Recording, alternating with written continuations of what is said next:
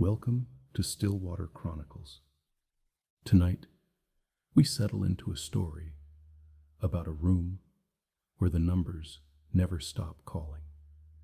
There is something about a government waiting room that exists slightly outside of time.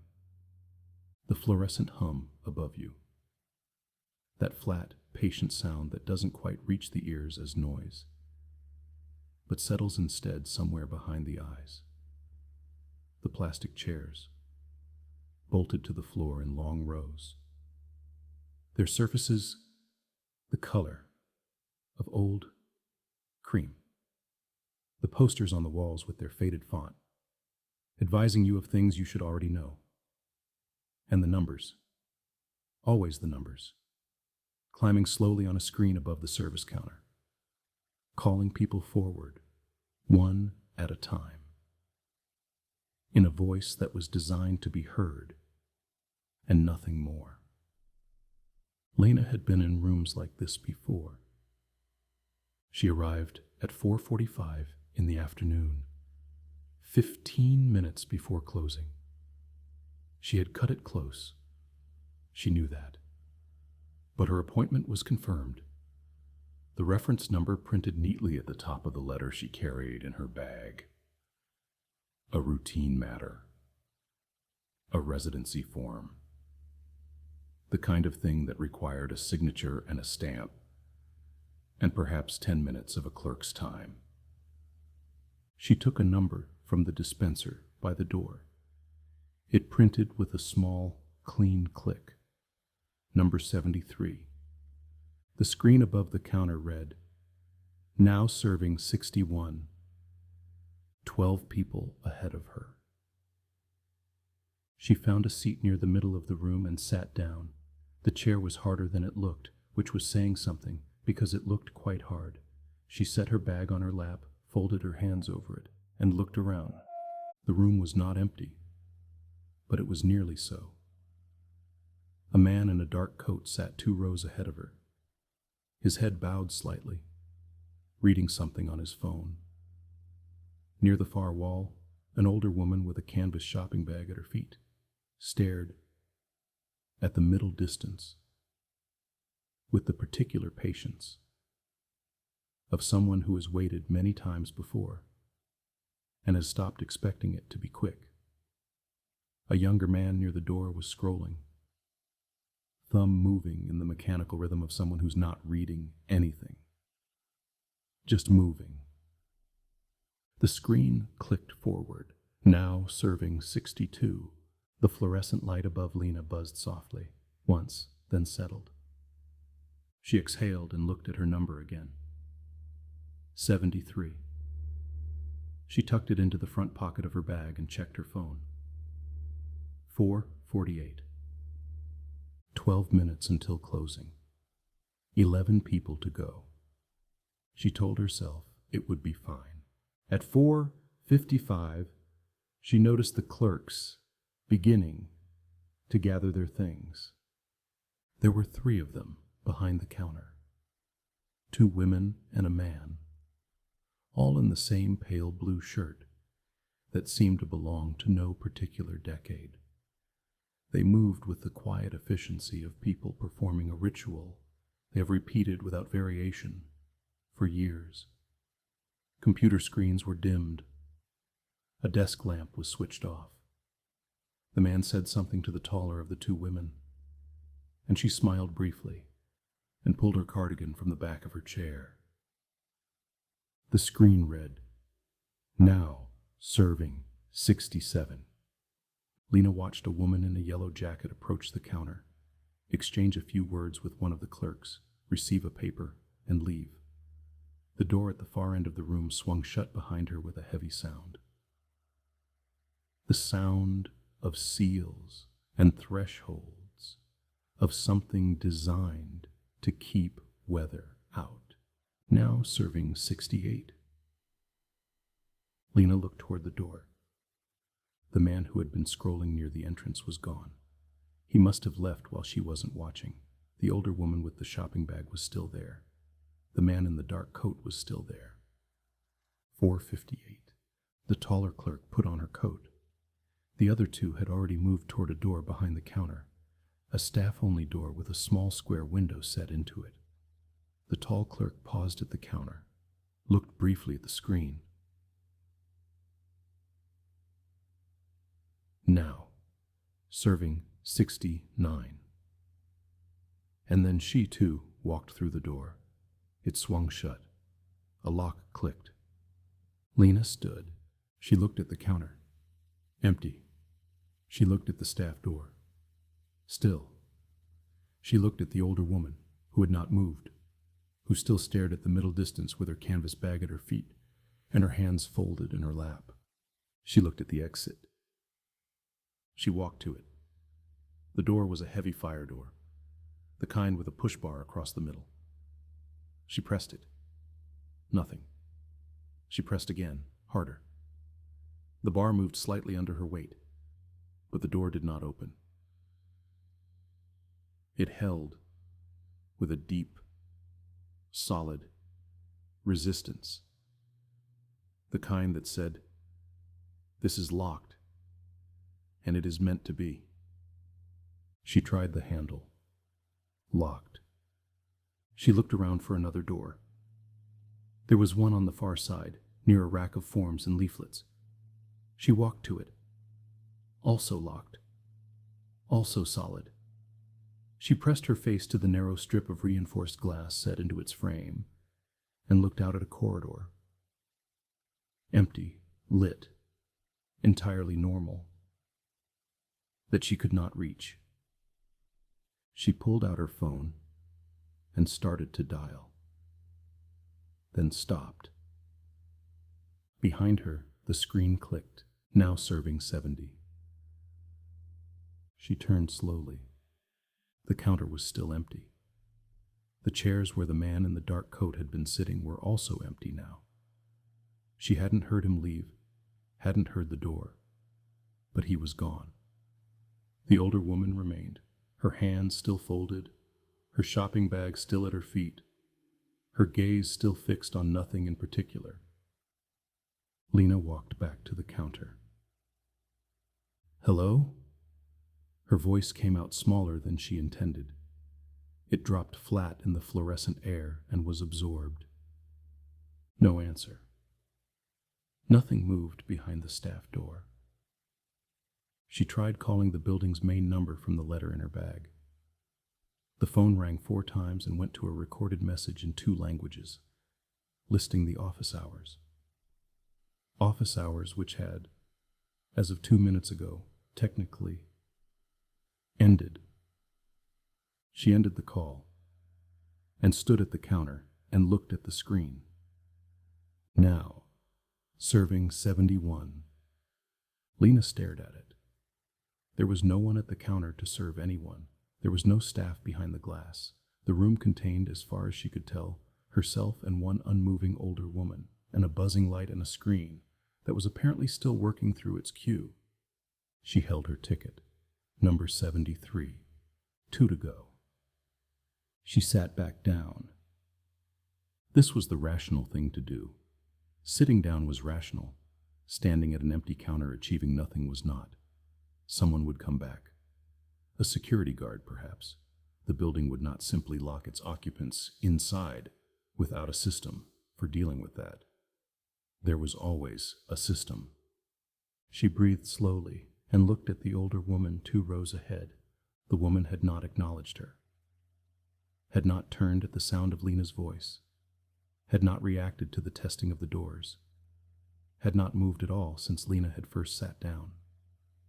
She simply continued to sit, hands folded, gaze forward, with the quality of someone who has been waiting for a very long time and has arrived at a kind of peace with it. "Excuse me," Lena said. The woman did not respond. "The doors are locked. Did you notice? Is there another way out?" Nothing. The woman's hands did not shift. Her head did not turn. Lena stood and walked toward her. As she drew closer, she began to notice the details that distance had smoothed away. The woman's coat was old, not threadbare, but old in the way of things kept carefully. Her shoes were worn at the toe. Her canvas bag had a small red logo on the side, half faded, the kind of bag given out at markets or pharmacies decades ago. She wore no watch. There was a number in her hand, a printed slip, though Lena could not make out the digits from where she stood. Hello. Still nothing. Lena was close enough now to see the woman's face in profile. It was composed, relaxed even, the face of someone who expected nothing urgent. She was not asleep. Her eyes were open, but she was entirely still, with a stillness that went beyond patience or rest, a stillness that felt less like waiting and more like having arrived at the place beyond waiting.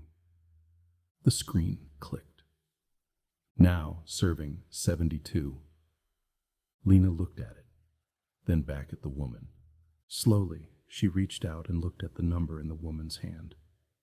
It read 72.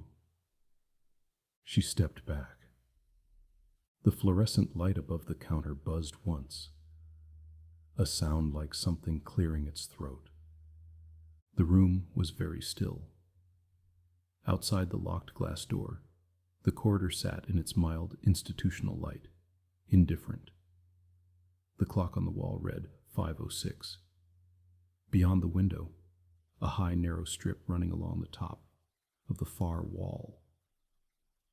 The sky had turned the particular gray of a European evening in autumn, the gray that isn't quite dark yet but has given up any pretense of being afternoon. Lena stood in the middle of the room and held her number. She thought about the woman. She thought about the numbers on the screen. She thought about the fact that 72 had just been called, and the woman holding 72 had not moved, and no one had come to serve her, and nothing had happened. Nothing had changed, and yet the screen had still clicked forward, as if the calling of the number was itself the point. Not the service, not the appointment, just the calling. She thought about how long the woman had been sitting there. She thought about the man in the dark coat, whether she had actually seen him leave, or whether he had simply ceased to be there at some point when she wasn't looking. She thought about her own arrival, the ticket she had taken, the number she had been given. 73, now serving 72, one to go. She sat down. There was nothing else to do. The doors were locked. The staff were gone. Her phone had signal, 2 bars, wavering, but she had no one to call who would arrive quickly enough to matter. No number for a security desk. No address to give an emergency service that she felt quite warranted that word. She was locked in a government office after closing time, with a woman who did not respond to her voice, waiting for a number that would be called by a screen that had no one behind it. This was, she told herself, strange, but not impossible. Strange things happened. Buildings malfunctioned. People were unusual. There would be an explanation. She looked at the clock. 5:09. She looked at the older woman, still perfectly still. She looked at her hands, folded in her lap, and noticed they were shaking very slightly. Not from cold, not from fear exactly, but from the particular effort of holding very still when something in you wants to do otherwise. She made herself breathe. The fluorescent light above the counter buzzed again. Longer this time. Then it stabilized. Outside the narrow window, the sky was growing darker. The screen sat at now serving 72. Still, patient. The digits in their flat digital font, unblinking, waiting for whatever they were waiting for. And then, quietly, without fanfare, without drama. It clicked. Now, serving 73. The automated voice came from the speaker above the counter, the same flat, genderless voice that had been calling numbers all afternoon. It said the number clearly. It said it once. It did not repeat. The room was very quiet. Lena did not move. She sat in her plastic chair with her number in one hand and her bag on her lap, and she looked at the empty counter, and she did not move. Her number had been called. There was no one to present it to. There was no clerk on the other side of the glass, no service to be received, no form to be stamped, no reason to stand and walk forward. And yet she was aware of something, a pressure almost, a gentle pull, the way you feel the forward movement of a cue, even when no one pushes you. She looked at the older woman. The woman had not moved when 72 was called, and nothing had happened to her. She was still there, still folded, still patient, still looking at nothing. Whatever the calling of her number had meant, it had not required anything of her. She had simply stayed. Lena looked at her own number. She thought, I could simply stay. I could sit here and hold this and not move, and the screen will go to 74 eventually, and none of this will have required me to do anything at all. She thought this very clearly. She thought it with intention. And then she stood up. She wasn't sure why. She told herself it was the rational thing, that standing at the counter was the only actionable thing she could do, that perhaps the act of presenting her number would trigger something, alert someone, open a door. She told herself this, and she believed it, mostly. She walked to the counter. She placed her number 73 on the surface of it. The laminate was cool under her fingers. She looked up at the screen, still reading now serving 73, and then at the staff door with its small square window, and then at the empty space behind the glass, where, an hour ago, a clerk had been sitting in a blue shirt, doing the ordinary work of a Thursday afternoon. Nothing happened. The room hummed, the light buzzed. Somewhere in the building, perhaps in a corridor she couldn't reach, something made a small sound, a settling, a shift, the noise of a large space adjusting to evening.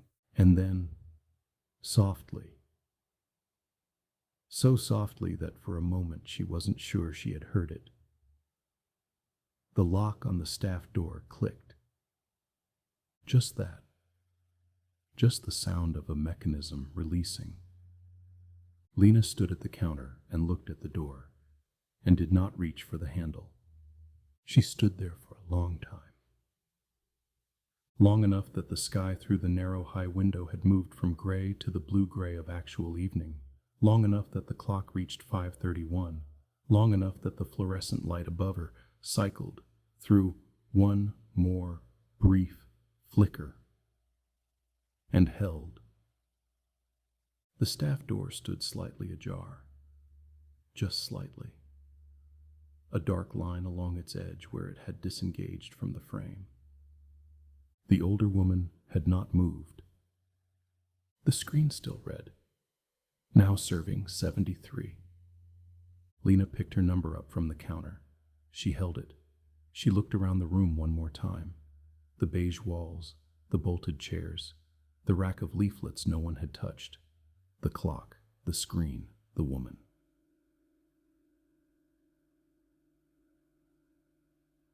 And she felt the particular texture of a moment that is asking you something but will not tell you what the question is.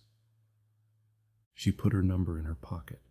She walked to the staff door and pushed it gently. It swung open into a corridor. Lit, empty, the walls the same pale beige, a row of closed office doors on one side, a fire exit sign glowing red at the far end. The corridor smelled of printer paper and stale coffee, and the specific neutral warmth of a building that has held too many people for too many years. She walked to the fire exit. She pressed the bar. The alarm did not sound. The door opened onto a side street. Cold air and damp cobblestones and the sound of the city continuing without her. Traffic somewhere. Voices somewhere. The ordinary world, arranged exactly as she had left it. She stepped outside. The door swung shut behind her. She heard the lock re-engage. She stood on the cobblestones for a moment and looked up. The sky was deep gray now. The last of the afternoon light pooled somewhere far beyond the rooftops. The street was quiet. A bicycle moved past at the far end. A shop window across the way showed its goods in a warm yellow light. Everything was fine. She put her hand in her pocket. Her fingers found the ticket, the small printed slip, and she drew it out and looked at it. It still read 73. She stood there for a moment with the ticket in her hand and the city around her, thinking about the woman in the waiting room with her hands folded and her shopping bag at her feet, and her number 72, held loosely, as though it had belonged to her. For so long, she had forgotten it was there. She thought about what it means to be called. She thought about what it means to stay. She folded the ticket once, carefully, and tucked it back into her pocket. Then she turned up her collar against the cold and walked away down the cobblestone street into the ordinary evening, and did not look back. Behind her, through a narrow high window on the side of the building, the glow of a screen could still be seen. Pale blue, steady, patient, still reading. Now serving 73. Waiting. Thank you for listening to Stillwater Chronicles, where even the longest wait can become its own kind of arrival. If this stillness stayed with you, if the hum of that fluorescent light settled somewhere quietly inside, then let it remain a little while longer. Some rooms, after all, were never built just for waiting. They were built for whatever comes the moment after you stop. Rest now.